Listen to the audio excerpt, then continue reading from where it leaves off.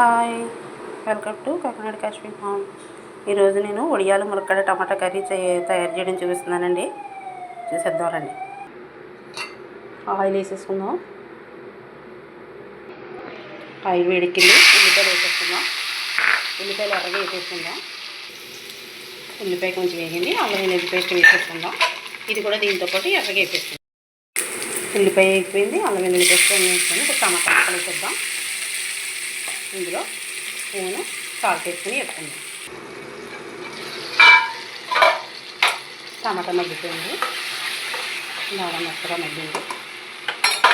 ఇప్పుడు ములక్కాడ ముక్కలు వేసేసుకుందాం. ములక్కాడ కూడా కాసేపు మగ్గనిద్దాం. ఇప్పుడు ములక్కాడ మగ్గిపోయిందండి. ములక్కాడ బాగా మగ్గింది. ఇప్పుడు కారం వేసేద్దాం. నేనైతే ఒక స్పూను వేసి ఒక పావు స్పూన్ వేసుకున్నాను.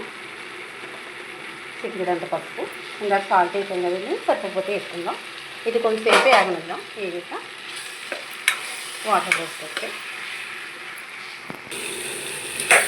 ఉప్పు కారం కూడా బాగా మగ్గిపోయిందండి. ఇప్పుడు కొంచెం వాటర్ పోసేసుకుందాం. ములక్కాడ బాగా ఉడికాక కొంచెం అప్పుడు వడియాలు వేసుకోవచ్చండి. ముందే వేసేసుకున్నాం అనుకోండి ఉడికిపోతుంది అనమాట. ఇదేదో కొత్తగా పెళ్ళి అయిన వాళ్ళు అయితే తల్లిదండ్రులు వదిలేసి పెళ్ళి అవగానే ఏరే కాపురాలకు వెళ్ళిపోతున్నారు కదండి. అలాంటి బాగా ఉపయోగపడుతుందని పెడుతున్నాను నేను. మనకులాగా 20-30 ఏళ్ళు అయ్యి పెళ్ళి అయ్యి అలాంటి వాళ్ళకి కదండి ఇది మనకి చాలాసార్లు వండేసిన కూరలు అయ్యి మనకి పెద్ద కష్టం కాదు ఇలాంటి కూరలు. అలాంటి వాళ్ళకని పెడుతున్నాను అనమాట.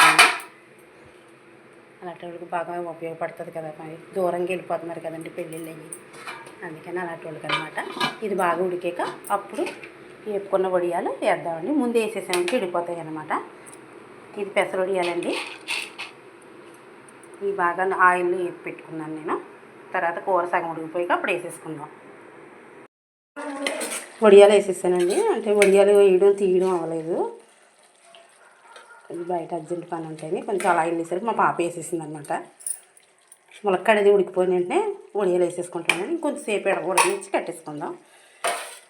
ఇంకా అయిపోయినట్టేంటి కర్రీ. మీకు కనుక నచ్చినట్లయితే లైక్ చేయండి, షేర్ చేయండి, సబ్స్క్రైబ్ చేసుకోండి.